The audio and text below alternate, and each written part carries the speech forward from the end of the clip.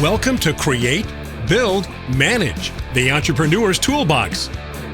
Welcome to Create, Build, Manage on BizTV. I'm Kelli Phillips. Today we have an empowering guest for you. Lidia Molinara is a pharmacist, a certified patient safety officer, and a podcast host. She's driven to equip patients with what they need to navigate their healthcare journeys and advocate for themselves and their loved ones. Stick around. We'll be right back with more Create, Build, Manage on BizTV.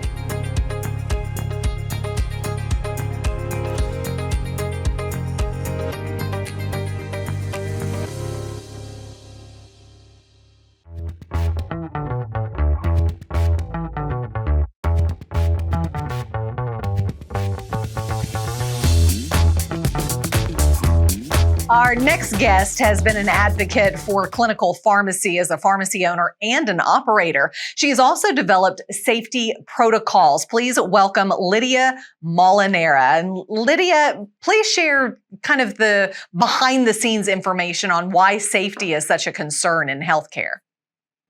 Well, as a pharmacist of over 30 years, I have been on the front lines. I have seen so many preventable situations when it comes to medications, as well as people within their healthcare journey and just asking questions within their specialists or doctors and things that can be done as a preventative tool so that they really get the most out of their medications or even looking at their healthcare journey. And safety is number one. We know that, crazy to think, but a jumbo jet falls out of the sky basically every day due to medication-related errors in a year. And we see that the fourth leading cause of death ahead of car accidents can be related to medication. So we really have this safe medication culture. We know that a lot of people take medications, and every time you add a medication, there's a risk for an adverse event, which means, problem or situation happening when you're taking that medication and side effects that can happen. So it's really trying to understand that medications really are there to help us, not harm us. And there's tools and techniques you need to be aware of so that they do exactly that for you. Can you talk about those tools that you were referring to that we can use? It's so simple, but yet complex all at the same time, which sounds crazy, but true. Because when we look at medications and we look at the healthcare journey, we know that when we go in to see a doctor, oftentimes, I'm sure we can all relate, we kind of feel like, hey, I'm going to leave with a prescription, then I'm going to feel better. So we know that the statistics are high, right? You expect to go to see a doctor to get you put on a medication so that when you leave, you have something that's going to make you feel better. So our therapy and our way to heal things, number one is drugs. So what does that look like in how you protect yourself? There's 3 steps to protecting yourself. What I like to say is it's your look both ways before you cross the road skill set. Number 1 is the concept of advocacy. Number 2, communication. Number 3, education. So when we look at advocacy, you need to be able to speak up. You need to remove any barriers that you have in asking questions, in feeling intimidated that to ask a question means that you don't trust your healthcare professional or that you're challenging them. We need to remove those barriers. Advocacy also goes to really knowing that when something doesn't feel right, that you need to be an active participant in your healthcare because you know your body the best. A lot of people are trying to help you solve whatever condition or problem there is, but you're the one who knows and feels it, and you need to be able to advocate on that behalf, on your behalf, and on that regard, whatever that condition looks like. When we look at communicate, I like to say communicate is not just speaking, it's also about documentation. So if you're going to be starting a new medication, you need to be able to document, write down, talk in your phone, make a reminder. How many times do you feel like you've had a headache? How many times have you gone to the washroom because it's caused an upset stomach? Or now you're waking up in the middle of the night to go to the bathroom. We don't think about it being the medication. And often I say when you're starting a brand new medication, anything that happens while you're starting that brand new medication, you should document, write it down so that you see a pattern, so you understand if it's working. You don't just stop something right away, but you have the documentation, the information. It's powerful, extremely powerful in knowing how and what to do if something does go wrong. And then the third piece is educate. And what I mean by that is knowing the questions to ask. Why are you on this medication? What's the purpose of the medication? How should I take the medication? It's all your 5 W's, as well as writing that down and then researching. People often say, oh, you shouldn't be doing the Dr. Google thing. You shouldn't be trying to diagnose yourself. I'm a proponent of you should be actually looking on the internet and checking things out, but from credible sources. So the educate piece is talking to other people, talking to other healthcare professionals, speaking to your pharmacist frontline about your condition, about the medication that you've been put on. Having those conversations, you would be amazed and surprised as to how much you're going to learn about your medical condition, and also the things that then spark discussion, and having your active participant part of you go back to the doctor, go back to the pharmacist, go back to a caregiver, whatever that looks like in your situation, in your healthcare journey, whoever's involved in that with you, you'll be able to make good, solid decisions based on the questions that you ask. And the number one line theme in all of this is that the risk of whatever you're doing, surgery, medication, outweighs and isn't bigger than the benefit. So the benefit always has to be better than the risk. And each individual person is going to have an answer to that question. And if you have all 3 of those things, you're going to be able to, like I say, reduce harm and actually ace your healthcare journey. It really is that important. All 3 of those elements. And they're simple. It means speaking up, documenting, doing some research, and then asking more questions.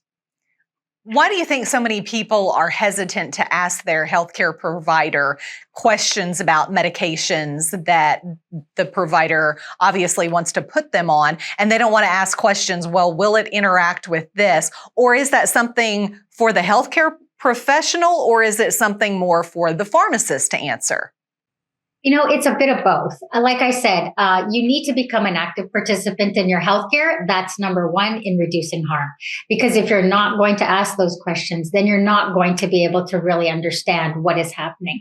The barrier that I often see is just the factor of intimidation sometimes. It's, I don't want to feel like I'm challenging the doctor. He knows best. I don't want to interrupt the pharmacist. They're really busy.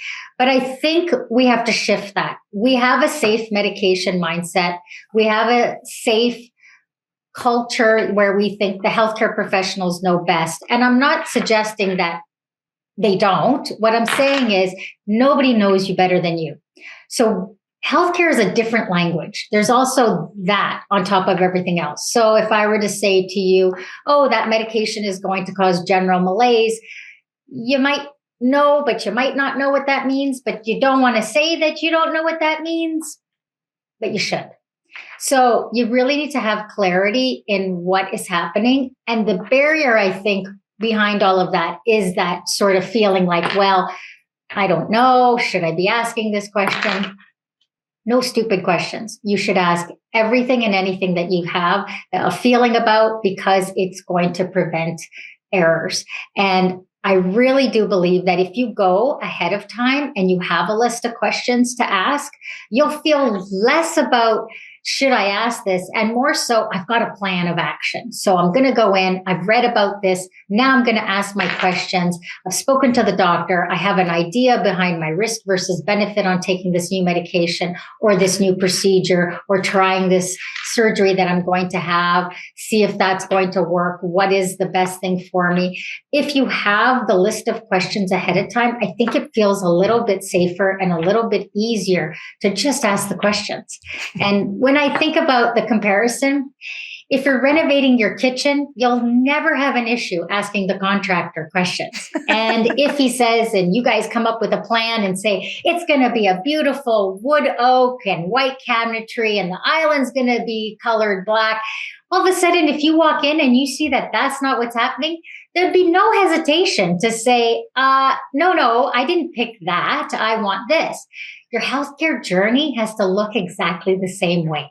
You come up with a plan, you look at what you feel you need to do, you understand the risk versus benefit, you come up with that plan. Things might change along the way. The contractor might say, oh yeah, no, that color is not available. You might have to try this. Same thing happens in healthcare. A new discovery. We now found out through this x-ray, this is what's going on. You still ask the questions. You still become part of that process. Don't look at it any other way. I think we just get intimidated because there's so much we don't know and understand in healthcare. And it's not just as simple as, let me look up that paint color. But in fact, when you become an active participant, you'll be amazed at how much you can actually impact in your own healthcare journey. Lidia, stay right there. We've got lots of other questions to ask you, but we need to take a break, and we'll be right back with more Lidia right after this.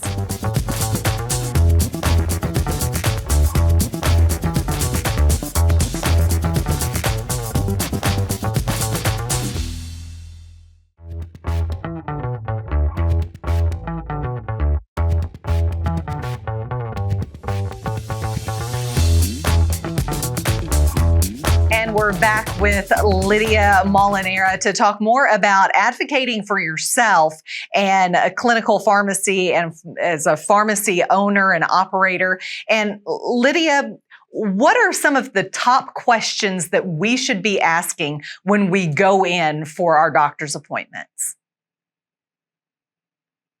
Well, the number one question in any situation is why. Why should I be on this medication? What is the purpose of this medication? How is this medication going to work? What are the benefits versus the risk? How do I take it? When do I stop it? What do I do if I have to seek other interventions? What's the follow-up look like? So in anything you do, number one question, why? Why should I do that? Why do I need to take this? You need to be actively involved in the answer to that because it's also going to impact your path. So if you understand why you're on a medication and then you're going to feel a sense of, okay, I'm actually going to be a part of this plan. I'm going to put it into action. What we often see is, people will come into the pharmacy, they'll fill the prescription, they'll never take it. Or they leave the doctor's office, they never fill the prescription. And then things could sometimes get worse. And then you come back and you say, well, did you take that medication? And the answer is yes. And now the doctor's changing you to something else or adding something else. So really make sure that you understand what the journey is going to look like. What is the plan of action for you? So like I was saying before, in comparing it to, building out a new kitchen, you're going to have a plan. There's a blueprint. There's a plan on how this is going to work. So make sure that when you go to your doctor's office and you're going there to seek obviously some medical advice or you're doing a yearly checkup, you're going there to check up on your health and to seek, healthcare. So be a part of that. Go with your information. Ask the questions. Number one question, why? I love that. And you mentioned earlier going to the doctor and having a list of questions going in so that way you have a plan. Perhaps there are some people that are watching this going, sometimes when I go in with that list of questions, the doctor is just kind of sloughing me off like I shouldn't be asking these questions. If that's the case, what should you do? Keep asking. I wouldn't let up. Or switch doctors? I had the exact same situation. I'm a pharmacist. And so I understand what to ask because it's a part of my nature. I'm in it. I know and I understand the language. But even at that, I know myself when it's rushed and you've got 10 minutes and you're asking these questions and you're being sort of cut off, you really need to just take a step back and just say, these questions are very important to me. I'd really like to understand this. I'd like to be a part of my healthcare journey. Can you please help me? And just frame it a different way. Try not to get upset. Try not to feel like you're not being heard. Just rephrase it. I think asking the questions and keeping in mind, being concise, being really to the point, taking the information, and maybe you have to book another appointment, but take that information. Maybe you don't make a decision right then and there, but you take the information and say, okay, I'm going to think about it. I'll probably come back in a week or 2 weeks and reevaluate this. And it seems like a tedious thing to do. And it might seem like, well, this is going to take longer than what I need to have an answer to this or to really understand this. That's okay. Usually having all the information is going to serve you better than just making a rushed decision and then not really understanding or fully being on board with what the plan can be or should be. Evaluating that is absolutely something that you should be doing. Have the list of questions, be short, concise, have the documentation to support your story. So if you've had headaches, when the doctor says, how many headaches have you had? You can respond by saying, I've had 5 headaches. They've been at level 10 for the last 2 weeks. And now I really need to know, what should I do about this? So having the background information really is going to help that conversation as well. One of the things you mentioned is you said it's okay to go home and actually research. We like to refer to my mother as WebMD certified. Are there specific resources that we can go to that we can trust? And I think that's a really important piece. Thank you so much for asking that question, because there is so much information. And how do you trust which information is accurate? I often say it's with complete transparency. Who is the person providing you that information? I personally will look up things on the Mayo Clinic website. There are lots of resources where institutions that are known, the CDC. I also look at things like, the FDA, government bodies that don't have a hidden agenda behind the information that they're trying to supply are your first and best resources that you should look into. I don't like to use resources where somebody is selling a product. So if someone is talking about how to fix when you can't sleep at night, so insomnia resource, and you're reading about it and it says, well, then you should be using these supplements. I usually will not use that information because I know it's geared to trying to make me buy the supplement. So nothing that is connected to selling a product. I think it needs to be factual and stuff that has studies behind it, or a not-for-profit government organization or body that is putting the information out there based on safety, based on clear, concise, and obtainable information that you can research and make sure that it is accurate. And your best resource, quite honestly, is another healthcare professional where you can walk in and ask some questions. And if you can, I say speak to your pharmacist. We are a wealth of information. And when you're picking up the prescription, if you didn't get the answers at the doctor's office, ask your pharmacist. Ask them the same questions. Why should I be taking this? What can you tell me about this? Here's what I've been experiencing. How do you feel about this? If you were in my situation, would you take this medication? That's also a really good question to ask. Now, with medications specifically, what do you think we need to do to better protect ourselves from harm overall? We need to make sure we understand everything about that medication. It's really important to know when you're adding a medication, why it's being added, how it's going to interact with other medications, how it's going to interact with food. When it's a brand new medication, why should you be on it? How it's going to have side effects. What does that look like? Adverse events, what should you know? When you are adding a new medication, you should always make sure if you have any allergies that it's not going to interact with your allergies. If you have any medical conditions, that it's not going to interact with those medical conditions. And then while you're taking the medication, the questions to ask at that point is, when will I receive benefit? If this and this happens to me, or if those things are happening to you, where do you go to ask the questions? If it's normal, if it's something that causes you to have to stop it, is this a side effect that requires you to go to the hospital? So there's that piece while you're taking it. And then there's the follow-up and monitoring, which is, how long do I have to be on this medication? Is this something that I'm going to be a lifetime on? Is this short term? Is this something that's going to be evaluated in 3 months? So that's also important, because I've seen people start a medication, doctor gives them a 3-month supply, And then they don't realize that the doctor didn't give refills, but yet they're supposed to continue to take it. So that's another really important question. So I kind of break it up into starting medications, while you're taking the medication, what you need to do to follow up, and if a medication is added, how that impacts your overall healthcare. Now, Lidia, I know you have a podcast. How can folks get more information on you, your podcast, or even if they want to be on your podcast? Sure. So it's lidiamolinara.com.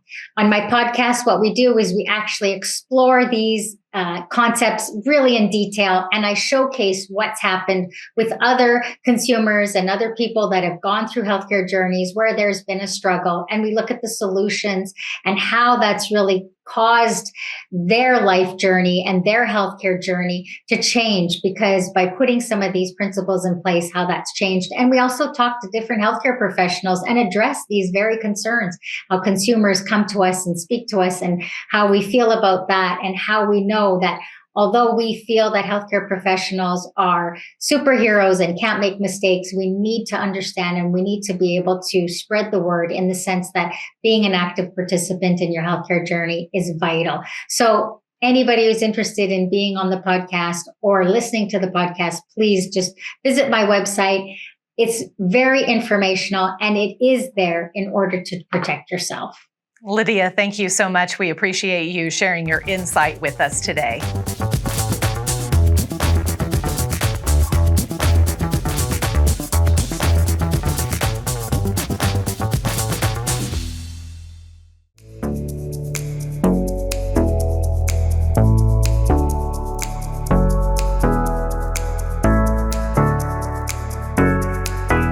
Thanks for joining me today for BizTV's Create, Build, Manage. Do you have a message that you want to get out into the world? Thought Leader has helped many aspiring motivational speakers land TEDx talks, from their virtual talk practice club to speaker certifications and TEDx-style coaching. Thought Leader will help get your message out into the world where it belongs. For more information, visit thought-leader.com. Stay tuned to BizTV for more stories that educate, enlighten, and empower.